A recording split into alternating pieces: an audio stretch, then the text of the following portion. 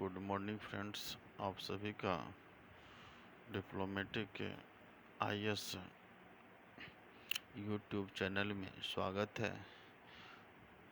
तो आज हम फिर एक नए मॉडर्न हिस्ट्री से वीडियो लेकर आया हूँ।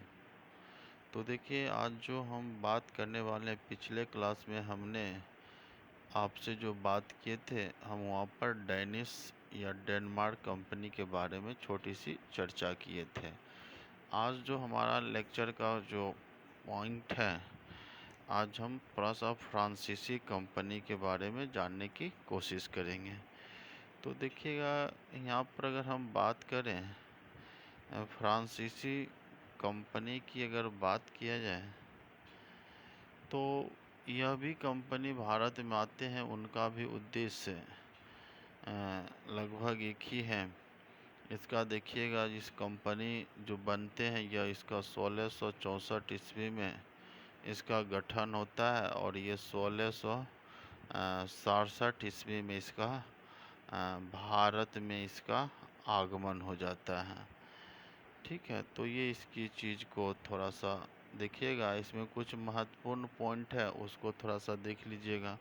तो इसमें से देखिए, अगर महत्वपूर्ण पॉइंट की बात करें तो प्रथम पॉइंट देखिएगा कि 1664 ईस्वी में लुई 14वां, आगे इसके बारे में हम चर्चा वर्ल्ड हिस्ट्री में भी करते हैं। लुई 14वां के समय वित्त मंत्री जो एक थे, वित्त मंत्री आपका कॉलबर्ट, वित्त मंत्री कॉलबर्ट के प्रयासों से फ्रांसीसी ईस्ट इंडिया कंपनी की स्थापना हुई। और पहला पॉइंट तो ये थोड़ा सा याद रखिएगा। फिर देखिएगा, फ्रांसीसी कंपनी को राजद्वारा, यानी कि यह भी एक तरह से सरकारी कंपनी थी। आगे चलकर देखिएगा, यह भी काफ़ी नुकसान सहना पड़ा इस कंपनी को। तो सेकेंड पॉइंट में लिखिएगा कि सरकारी कंपनी को राज द्वारा विशेषाधिकार, यानी राज द्वारा कुछ विशेषाधिकार एवं वित्तीय संसाधन प्राप्त थे।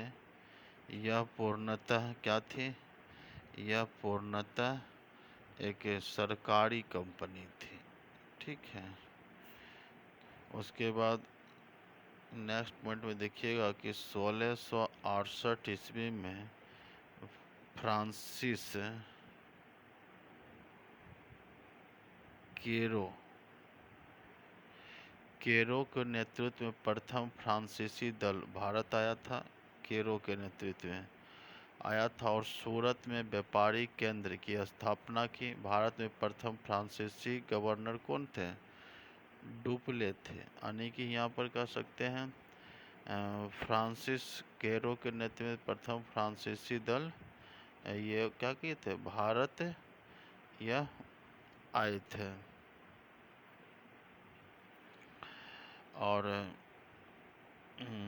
तो एक पॉइंट तो ये है। नेक्स्ट पॉइंट में देखिएगा, अंग्रेज एवं फ्रांसीसियों को, एक काफ़ी इम्पोर्टेंट है। अंग्रेज और फ्रांसीसियों के बीच मध्य 3 युद्ध हुए थे। 3 युद्ध हुए थे, जिसे हम अब कर्नाटक युद्ध के बारे में जानते हैं, नाम से जाना जाता है। इस युद्ध के दौरान 1760 ईस्वी में अंग्रेजों ने, काफ़ी युद्ध थे, इसकी हम चर्चा करते रहेंगे आगे चलकर। तो उसमें देखिए, बांडीवास, ये शब्द काफ़ी, ये इसको याद रखिएगा, पूछा गया है। बांडीवास के युद्ध में फ्रांसीसियों को पराजित कर दिया था। यानी बांडीवास युद्ध में यहाँ से क्या होता है? फ्रांसीसी पूर्णतः पराजित होते हैं और कह सकते हैं इसका भारत से पूर्णतः सत्ता यहाँ से खत्म हो जाता है। तो इसको भी थोड़ा सा ध्यान में रखिएगा। और यहाँ पर नेक्स्ट पॉइंट के, राजनीतिक हस्तक्षेप कर आर्थिक लाभ लेने की अवधारणा का सूत्रपात भारत में फ्रांसीसी अधिकारी डुप्ले ने किया, जिसे आगे चलकर अंग्रेजों ने अपनाया। इसमें डुप्ले एक काफ़ी महत्वपूर्ण गवर्नर थे। तो ये अपनी, अगर इनकी नीति की बात करें तो यह अपना आर्थिक मजबूती प्राप्त करने के लिए भारत में यह पहली बार राजनीतिक हस्तक्षेप है, यानी कि जो राज्य का जो शासक के द्वारा चलाया जाता था भारत में, उसमें राजनीतिक या हस्तक्षेप को प्रारंभ किया ताकि इसको आर्थिक लाभ मिल सके, यह स्टार्ट किया था। और आगे चलकर देखिएगा इसी डुप्लेक आधारशिला पर ब्रिटिश भी क्या करते हैं, भारत में राजनीतिक हस्तक्षेप को बढ़ावा देते हैं। तो ये जो कुछ चीज़ है तो इसको थोड़ा सा आपको महत्वपूर्ण पॉइंट है, इसको थोड़ा सा आपको ध्यान रखना पड़ेगा।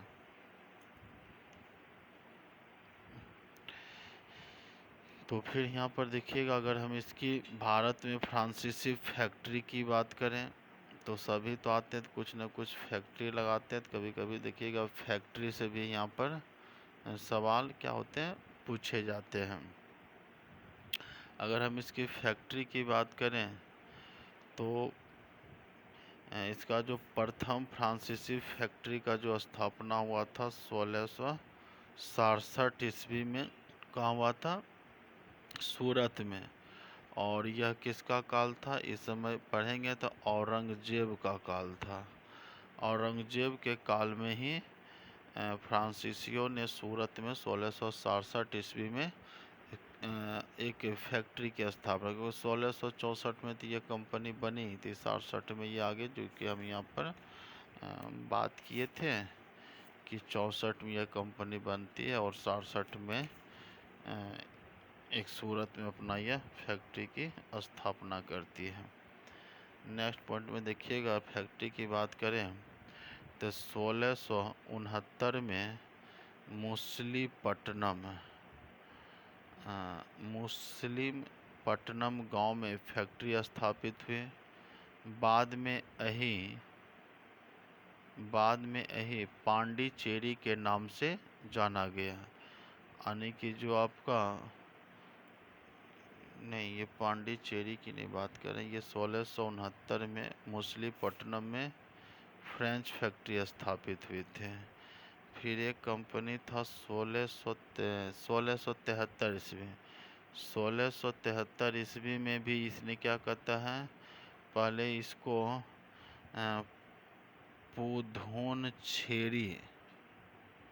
पुधोनछेरी गांव में फैक्ट्री स्थापित हुई। बाद में यही जो पुधोनछेरी था, इसी को हम आगे चलकर पांडिचेरी के नाम से जाना गया। ठीक है, तो ये चीज़ थोड़ा सा, और फिर आगे चलकर यह यमन में, माहे में, करिकाल में भी फैक्ट्रियाँ स्थापित हुई। तो ये धीरे धीरे फैक्ट्रियाँ क्या होती हैं, विस्तारित होते जाती हैं। तो इस तरह से चीज़ को आप देखिएगा तो काफ़ी चीज़ें यहाँ पर देखा जाता है, तो इसको थोड़ा सा आप ध्यान से रखिएगा। अगर यहाँ पर हम छोटा सा एक टॉपिक लेकर जानने की कोशिश करते हैं कि फ्रांसीसी जो कंपनी थी उसकी पतन का क्या कारण था, तो फ्रांसीसियों की पराजय का कारण क्या था। तो पहला नंबर तो हम पहले बताए हैं, पुर्तगाल की जो सरकारी कंपनी होती है वह सभी आदेश के लिए क्या होते हैं, सरकार पर निर्भर करते हैं। कोई निर्णय क्षमता इसके पास नहीं होती है, जिसके कारण ये क्या हुए, ब्रिटिश कंपनी या अन्य कंपनियों से ये पिछड़ते चले गए। तो पहला लिखिए, फ्रांसीसी कंपनी पूर्णतः एक सरकारी कंपनी थी, इस कारण निर्णय लेने में विलम्ब होता था। पहले अभी भी जानते हैं कि सरकारी काम में काफ़ी विलम्बता देखी जाती है। सेकेंड पॉइंट की बात करें तो फ्रांसीसी अधिकारियों में सहयोग एवं समन्वय का अभाव था, यानी कि आपस में भी जो अधिकारी होते थे उसमें भी समन्वय का क्या था, अभाव था। एक तो ये भी इसके कहीं न कहीं पराजय का कारण था। अगर तीसरी पॉइंट बात करें तो फ्रांसीसियों की नौसैनिक क्षमता ब्रिटिश की तुलना में कमज़ोर था। हम पहले बताया कि जो यह हिंद महासागर क्षेत्र में या दक्षिण पूर्व पर वही मजबूती प्राप्त कर सकता जिसके पास की समुद्र में उसकी पकड़ हो। तो कहीं न कहीं ब्रिटिश के आने के बाद ब्रिटिश के जो नौसैनिक थे उसके सामने लगभग, चाहे वो फ्रांसीसी नौसैनिक हो, चाहे डेन्स और डेनिश कोई भी हो, तो उनके सामने टिक नहीं पाया था। तो एक पॉइंट ये भी ध्यान रखें, फ्रांसीसियों की नौसैनिक क्षमता ब्रिटिश की तुलना में क्या